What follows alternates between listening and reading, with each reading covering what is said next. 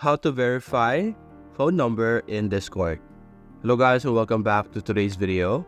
In today's video, we will be teaching you how you will be able to verify the phone number that you will be entering on Discord. So first things first, open your account and click on your profile over here on the bottom right. This will allow you to see and view all the different information or settings about your profile. Then click on your account. As you can see here, there's your username, display name, email, and phone. Simply go to the phone and enter your phone number. After entering a certain phone number, if it's a phone number that is recognized, it will send you a verification code through the phone number, and you will just simply enter the code for you to be able to verify that phone number. And if the phone number is already taken by another account, you won't be able to use it, unfortunately. So that's basically it guys. If you enjoyed this video, consider leaving a like and subscribe. Thanks for watching.